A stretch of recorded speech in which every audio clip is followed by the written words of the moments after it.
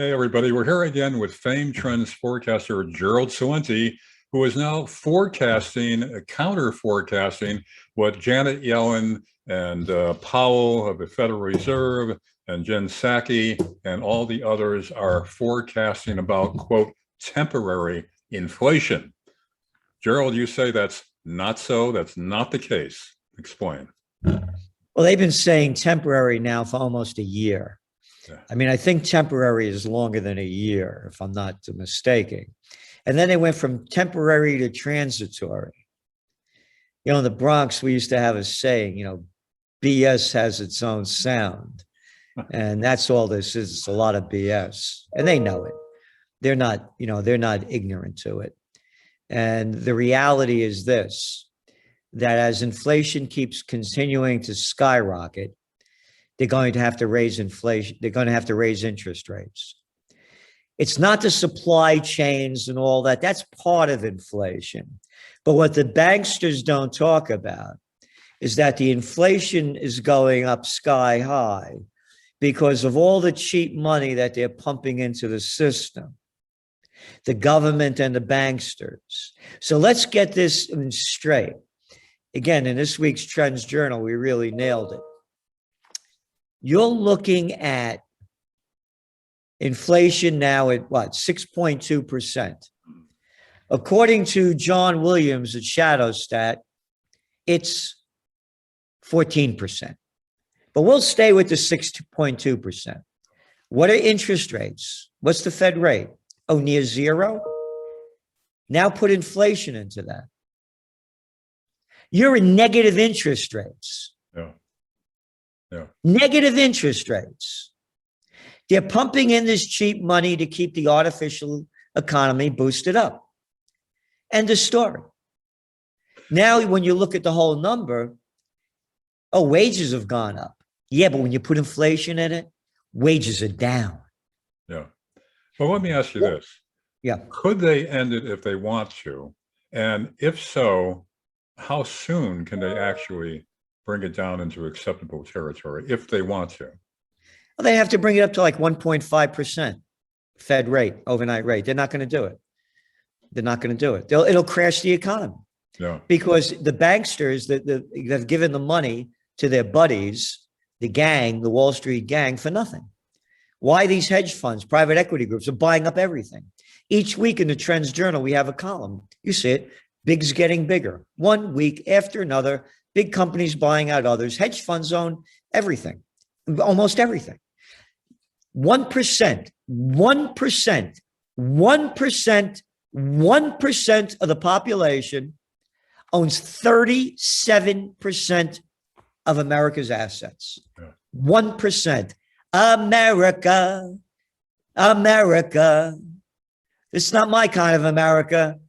It's the merger of state and corporate powers called fascism. According to Mussolini. Correct.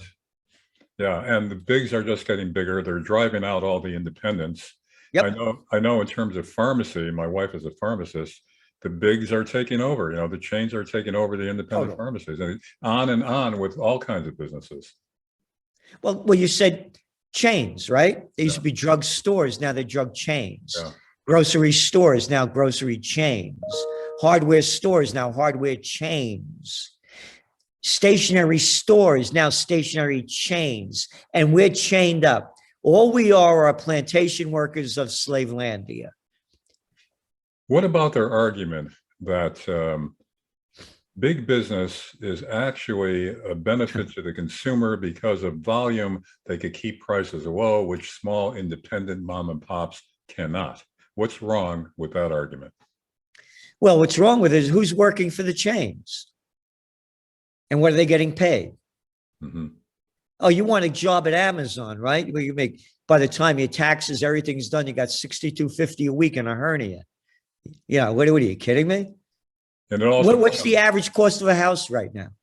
Oh, only $364,000. Mm-hmm. Oh, and your average salary now is what, about $34,000? Yeah. Oh, you see apartment rentals skyrocketing because people can't afford to buy homes. Oh, and who's buying up all the homes, the single homes?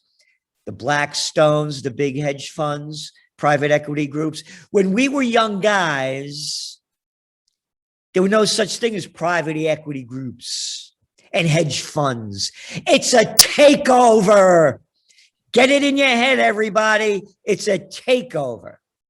And in terms of the scale, the larger, the lower the prices and benefit the consumer, but actually they're decreasing competition because in effect they're becoming monopolies. So therefore they have no incentive to keep prices low once they monopolize an industry, correct? No, they're doing anything they want. It's monopolies. Walmart's, I remember back in the 80s when there was this guy up, I think it was New Hampshire or Vermont, and he was pushing against Walmart. I'll never forget it. And he said it would take over and they'd destroy everything. When I was a young guy, they wouldn't allow, this is in the 70s. They wouldn't allow McDonald's into New York City. Is that right? That's right.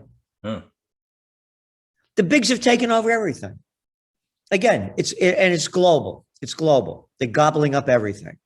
This is unprecedented. So, Gerald, where is all this going and how soon is it reaching the point of no return, something that we cannot recover from? It's almost there now, unless the people stand up against it. And that's the only thing that's going to take it, to change it. People call it a government. It's not a government, it's a crime syndicate. Let's get this straight. Look there's a story out now that they got this new guy, I forgot his name, starts with a C, and probably got an FU and a C and a K in there too someplace. And he's going to be the new guy they're bringing in for the head of the Food and Drug Administration. And the guy has a track record of working for all the big farmers and dealing with them. Look at the scum that we got that used to be the head of the FDA under Trump. Scott Gottlieb. Where is he now? Oh, you mean the Scott Gottlieb that was the head of the FDA that approves all these drugs? Oh, now he's on the board of directors of Pfizer? Typical revolving door. That's how they do it. While they're in It's not a revolving door. That's the thing. It's one door. Yeah. It's one club. Yeah. They use the word revolving door to make you think that it's some point these guys, now it's, as George Carlin said, it's one big club and you ain't in it. And other than being shills for the corporations that they were supposed to be regulating, they also are, part of this whole thing where they have so many interests themselves. For instance, the Federal Reserve people can do what amounts to insider trading. They know what they're going to do with interest rates and printing money, and they're allowed by law to make their own investments. So, they've got a corner on the market, correct? That scum, that got low-life pieces of crap, that guy Kaplan in the Fed guy in Texas, and that guy, what's his name up there, Rosengren up in Massachusetts over there. Yeah, both of them. Oh, now they're resigning because, I'm not feeling well and I have some health issues. Yeah. After they're millions and millions and millions. And who's the Fed? Who's the Fed? Private banksters. Yeah. They're one of the most disgusting human beings that was president of the United States is Woodrow Wilson. That slimeball brought in the Federal Reserve. He brought us into World War I. And guess what, boys and girls and children of all ages? After World War I and when everything's going down, how about federal income tax? Isn't that great, huh? I mean, we get so much back for paying all these taxes. We don't know a lot about anything. We're not allowed to go into Fort Knox. Yeah. This country's gone unless we stand up and fight for it back and peacefully. I'm going to make that really clear because you fight violently, you lose. And we need a peaceful revolution in this country because it's going down so fast and hard. It's just terrible. Well, other inside trading among Congress, Nancy Pelosi's husband, makes investments in companies that are going to benefit from what Pelosi and others decide. She knows ahead of time who's going to land a big fat government contract, especially the defense industry. and her husband invests in it and makes a killing on it, and Yep. that's illegal too. Yep. No, the country's, as I said, don't call it a government. It's a crime syndicate. Mm-hmm. End of story. Going back to inflation, this is going to continue at a lot of levels, but it's going to go down at some point. Nothing goes straight up or straight down, except, of course, the equity markets that are totally rigged. But there's going to be a pullback in inflation at some point. Matter of fact, you're even seeing it already with oil prices, gas prices. Yeah. They've come down quite a bit, and there's a reason for it. And you know what the reason is? Supply and demand. Demand is going down. You know why demand is going down? Because they're locking down. Hey, you're in Austria? Boy, Hitler really misses you. He wishes he was there. No vax, no freedom. You can't go out. You could go to work. Yeah. You could go shopping, but you can't go out. No vax. One country after another, they're doing it. Then you have all these vaccine mandates, like in New York City, no vax passport, can't go into any restaurants. So now you have, it's about 58% of all Americans have the double vaccine. So now you're losing 40% of the market share. Let's say it gets up to 80%. Okay, you lost 20% of the market share. And those 80%, among them, they're so freaked out, they're not going out and playing anymore. So this is going to really bring economies down. That's why you're seeing gas prices go down. Yeah. Because in Europe, they're locking down one after another. Italy, oh, Maron. Who would have ever thought?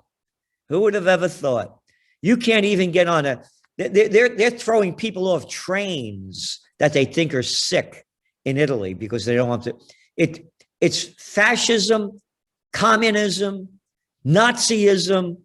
It's one big ism that isn't Americanism or freedomism anymore. It's gone. Czech Republic, one after another, they're locking down Slovakia, one after another. And it's beyond America. I mean, this is That's what I'm saying. Now globally, right? Yep. Yeah.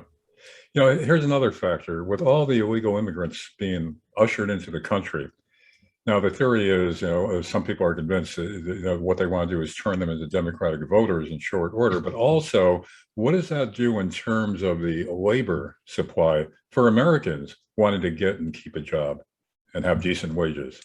Well, it keeps the wages low. It's just, by the way, that I want to mention something about immigration. You know what's going on in Poland, right? Mm-hmm.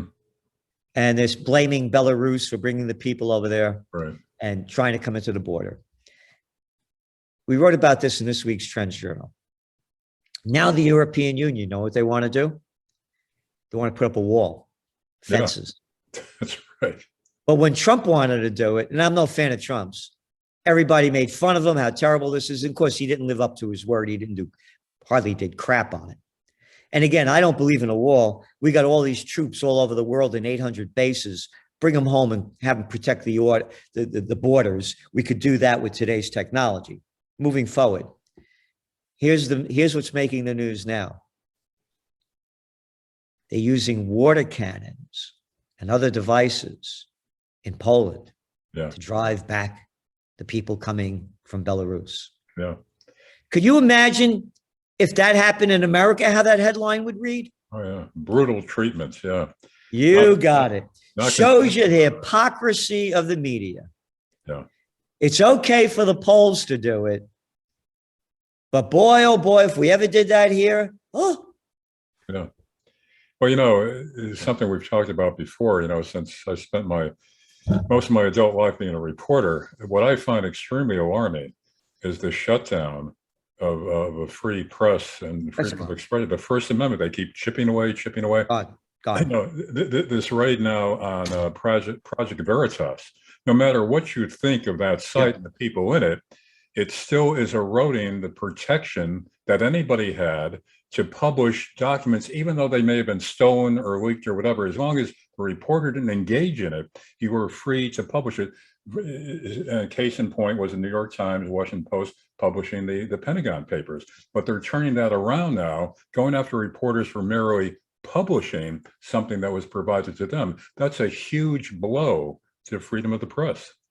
Well, look what they've done to Julian Assange. Yeah, exactly. And who's speaking up for him? You don't hear the ACLU speaking up for him. No. They're too concerned with gender fluidity issues. Yep. Rather than, what they originally started off was what was the Bill of Rights, and especially the First Amendment. Where are they? They're gone. No, they're gone.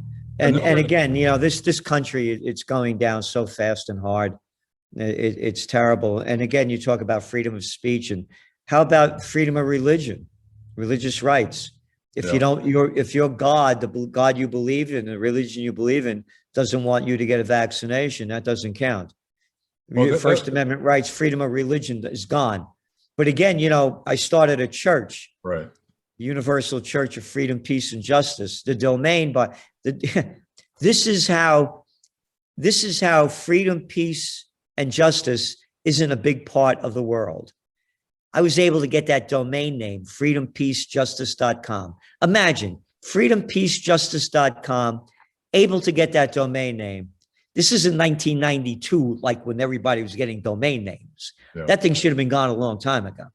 I guess nobody is interested in any of that anymore. No. So anyway, we are offering people that join the church get a religious exemption.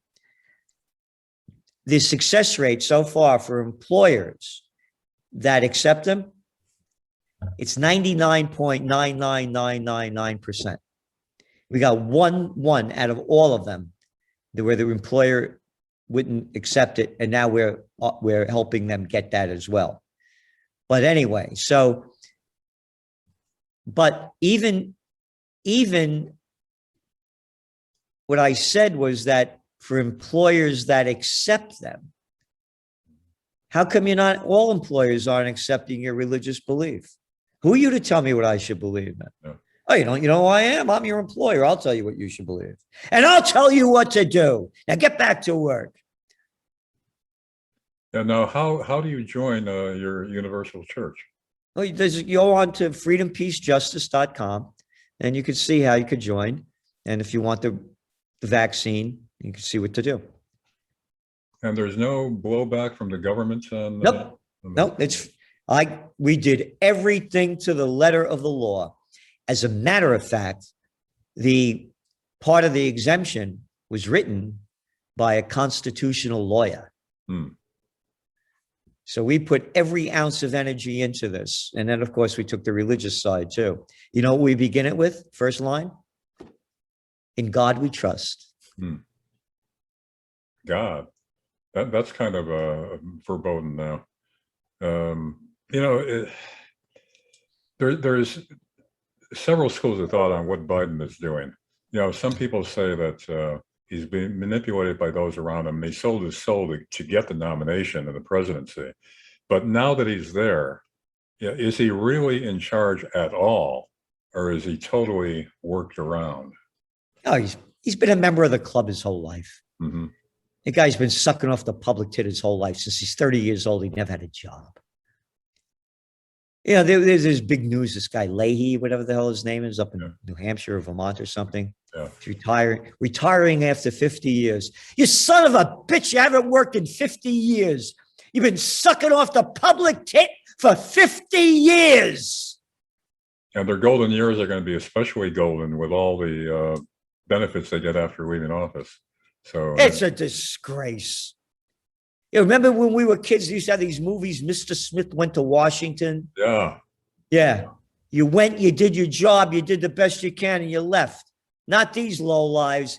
Again, it's a crime syndicate.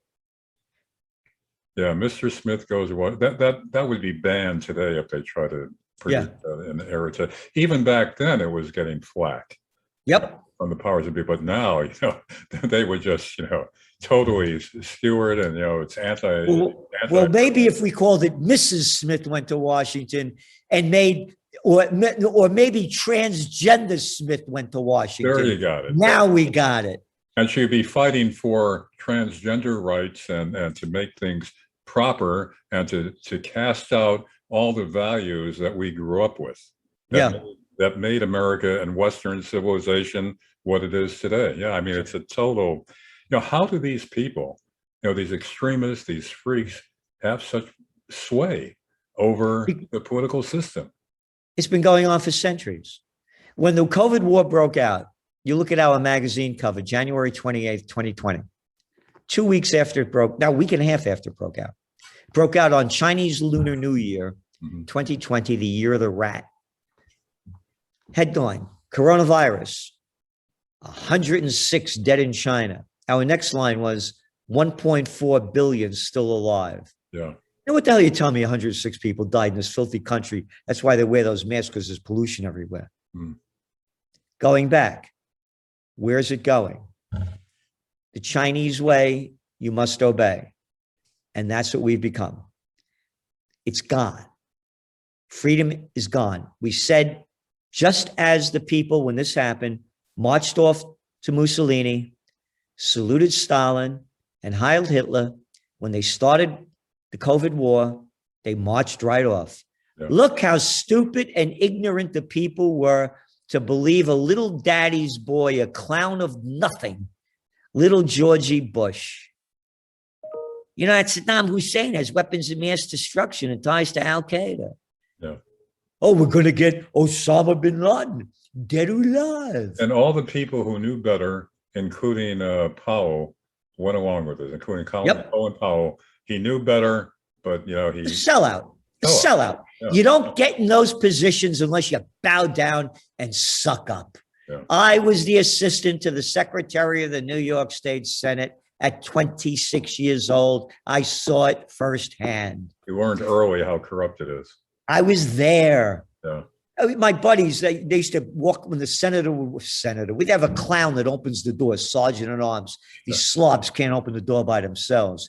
My buddies would leave, follow the senator's chair, pull it out and help him sit down. Yeah. I come back, I say, hey, man, what's the matter? Cat can't sit down by himself. I said, Gerald, you have that kind of an attitude, you're not going to make it here. I said, listen, man, my mother, may she rest in peace, used to say to me, a situation broke out and I didn't know what it meant at the time. I'm a little kid. She said, I hate cowards. I hate cowards. I said, so that's not my trip, man. I quit after 1 year. Nobody could believe it. My buddy, Brian Donahue, may he rest in peace. His wife became the lieutenant governor under Pataki. And I was there. I was in the system. I was running political campaigns in Westchester County. Yeah. I was a chief government affairs specialist for the chemical industry at the height. I was killing environmental legislation at the height of the environmental movement back in the 1970s in DC. So I was on the other side, so I know what it looks like. Right.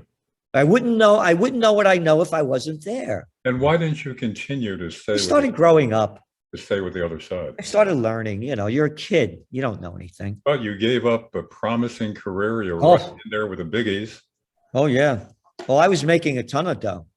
And but what happened was I started playing the gold and silver markets, gold and oil markets in the late 1970s when the Iranian conflict started breaking out. And I made enough money where I quit my job. But I started growing up. And it's a process. My father, may he rest in peace, would be eating dinner. And he'd look at me and he'd say, son, they say that youth is wasted on the young. He'd take a couple more bites and he'd say, they were talking about you. My mother used to say that to me too. You don't know. You're growing up. It's a process. I mean, so much crap when you used to hear when this whole millennial thing started and they're having kids. They say, oh, how's your kid? Oh, it's so amazing. So special. Oh, yeah, you just split an atom, It's a kid. Take it easy. But, so you grow up, you learn through the years. That's why once upon a time, they used to look up to the elders, but no more. But, Joe, you say it's a process of growing up. But most people who grow up say to themselves, the reality is you've got to go along to get along. And they don't go over to the right side of things because, their bread and butter is on the opposite They didn't side. grow up. Well, again, I study like you do. I study all day long. I read for hours and hours and hours a day. I underline all salient points of the newspaper stories and articles and send them to the writers, you know. It's one thing after another, day after day after day. You see the magazine. Yeah. You know, it's always 146 pages this week, 178 pages one week, and on and on. And I get these emails from people, the magazine is too big, I can't read it all. Hey, read what you want, all right? I don't know how you do it. That's a bear to put out every week. You know? We're doing it for the fight. Yeah. We're doing it to give the people everything they need to help them prepare for these terrible times ahead. Yeah. And again, we don't have to, you have no idea how hard we all work. Oh, you do, because you've been here and you see what we do. Yeah. And we're doing it for the fight for freedom. Well, you know, Gerald, also along those lines about how you grew up and, you know, you went over to the right side of things. But, you know, recount this story. You used to be very seen often on all the networks, giving your analysis of the economy, and suddenly, poof, Gerald disappears. Tell us how that happened, why that happened. Well, it happened, they did a movie on one of my books with Zizzy, Z-I-Z-I, gave Honey Boy. She used to call me Honey Boy. And Zizzy is the Neapolitan dialect for auntie. And the movie they did, it only is a 15-minute movie. They did it back in 2014. And it's starring Doris Roberts, who played the mother of that TV show Everyone Loves Raymond. Yeah, I saw it. And the guy playing me, Andrew Koss, is on the phone talking to the guy in the newspapers, in the TV station. And speaking as for me, I'm saying, yeah, and you tell your producer we're going to lose the Afghan war. Mm-hmm. So the magazine came out. We said we would lose the Afghan war. I said was on, because USA Today used to run my top, when it was a big newspaper, run my top trends every year. Yeah.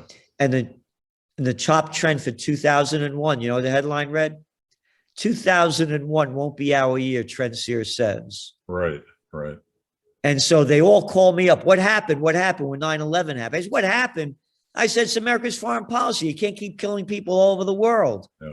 They forgot what Clinton, every time he got caught with his pants down, bombing the hell out of Iraq. Yeah. They asked Madeleine Albright, she's the head of the UN, the UN, America's embassy to the UN ambassador. And they asked her, is the price of 500,000 children that Bill Clinton put on because of sanctions in Iran that died, is the price of 500,000 dead children worth the price of sanctions? She said, yes, it is. That's right. I remember that. Yeah. So on and on and on and on. One of my trends back in 1994 was Crusades 2000. Mm-hmm. And people forget what America's been doing. Yeah. Again, we used to say in the Bronx, payback's a bitch. So when all this happened, and I said it's America's foreign policy and what they're doing, I got blackballed from everybody. Yeah. I used to be on Oprah, the Today Show, Good Morning America. In the new year, I'm on everybody, from ABC, from NBC first, then going to ABC #2, and then to CBS #3. That was their rankings. Yeah. The biggest ones wanted me on first. I used to be on with Katie Couric, Matt Lauer. I used to be on everybody.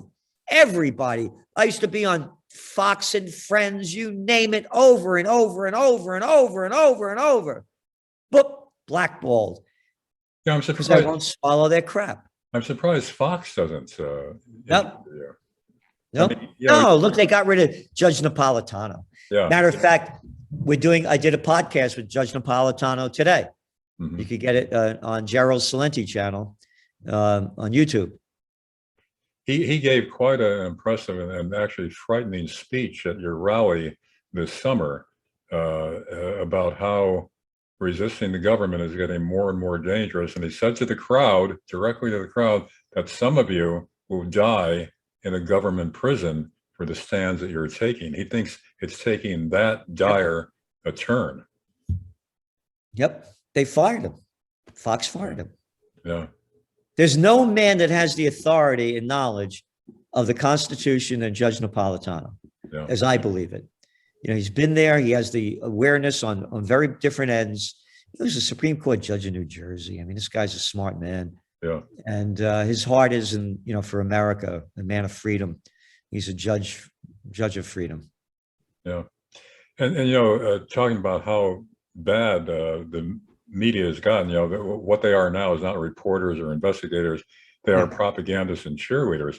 And one of the recent cases in point was Katie Couric admitting that she actually edited out part of Ginsburg's, Supreme Court Justice Ginsburg's spiel on how people shouldn't be taking a knee at some of these protests because it didn't align with Katie's philosophy. She actually edited that out, an interview with a Supreme Court justice. And Yep. she thought that was ethical. I mean, this is how far they've drifted from actual journalism. It's gone. Gone. I call them prostitutes. They're media whores. I They know get that. paid to put out by their corporate pimps and their government whoremasters in a country near you. Yeah. It's not only America, it's global. Well, Gerald, thanks for the most recent update. And I know that you continue the good fight, even at personal risk and expense. I know you put out a lot of your own money in putting all this together. So that's a tribute to your dedication for truth, peace, and justice.